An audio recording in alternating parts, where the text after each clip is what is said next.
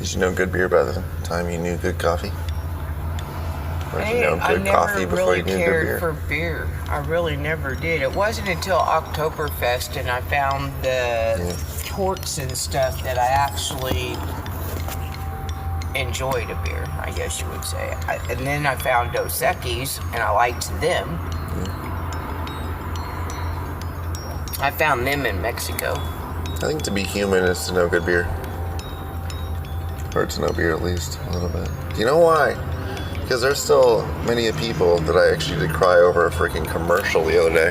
They're talking about how the guy really understood the extent of water instability and how like a lot of still countries out there today have humans that are kind of enslaved to the nonsense of like having to go retrieve water from such a long ass place for some unknown reason when there's water kind of like weirdly plentiful in like access points for the mother nature trying to provide, you know, things for her babies sort of idea. And I don't know, there's probably just greed that probably keeps us going, but there's still to this day all that time. And then they actually spend so much time getting the water, but the water is not even fucking good. It's probably contaminated, so you're actually giving, and then you're gonna potentially just, I don't know, kill your lifeline as you basically spend most of your life bringing water that's gonna eventually kill you.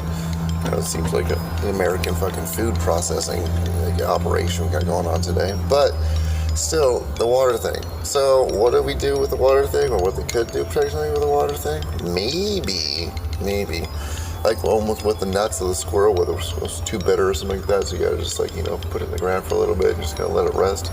Do the same thing, like, you know, putting it in a keg or something like that, and then making some beer out of the water a little bit, and letting it kind of be safer that way-ish or something like this. Now, let me tell you how I'm going to string this into a story of 250 years after America, an American way, and just humans today, okay? So you guys are all going to love it, because you guys are like, yeah, it's just safe. This is not a xenophobic story, because we're not talking about anybody besides America. Nationalism at its finest. And I say, okay, crazy people. George Washington made his own beer. Now, there's a recipe apparently you can maybe find. Now, you know why? Because it was probably the only freaking water at their base that was safe to drink when he would serve it to his troops. Trying to, you know, go against the redcoats and be like, this is our land. This is my land. I don't know. Sing that song with me, everybody. But it was a low alcohol beer.